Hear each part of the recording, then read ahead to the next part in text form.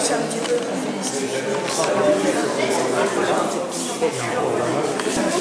l'araignée concombre.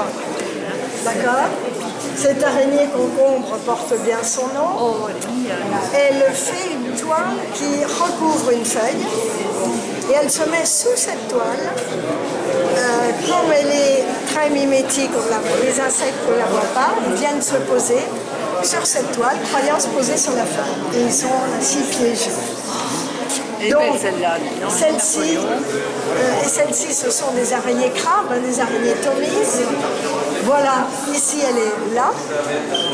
Et la fleur de l'orchidée, regardez le mimétisme.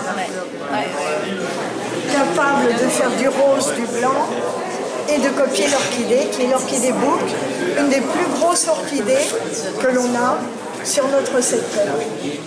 Ici, une très belle araignée que vous retrouvez sur les panneaux, qui est la Pisore admirable. Admirable parce qu'elle fait un cocon où elle met ses œufs dedans et elle s'en occupe énormément. Donc on l'a appelée comme ça. Elle se reconnaît donc à sa bande colorée ici, les couleurs peuvent varier, mais il y a aussi une petite bande blanche ondulée sur le côté. Et c'est encore une photo d'Yves Wilcox, bien sûr. On dirait presque une fleur. Hein. Sur une orchidée. Presque une fleur, ouais. Ça, c'est une orchidée. Oui, mais l'araignée, on dirait presque une fleur, même. Mais elles sont toutes petites. Alors, ces araignées, elles font un petit peu... Elles sont assez grosses, celles-ci, plus d'1 centimètre. Mais généralement, elles ont toutes une taille autour du centimètre. Alors, celle-ci, c'est la seule qu'on ait mis qui est dans les maisons. C'est l'araignée cracheuse. Donc, cette araignée, elle a ici 2 glandes à l'arrière du céphalothorax qui sont reliées à ses crochets venimeux, à ses chélicères. Et lorsqu'elle les comprime, il y en a une qui fabrique une sorte de colle gluante, l'autre du poison.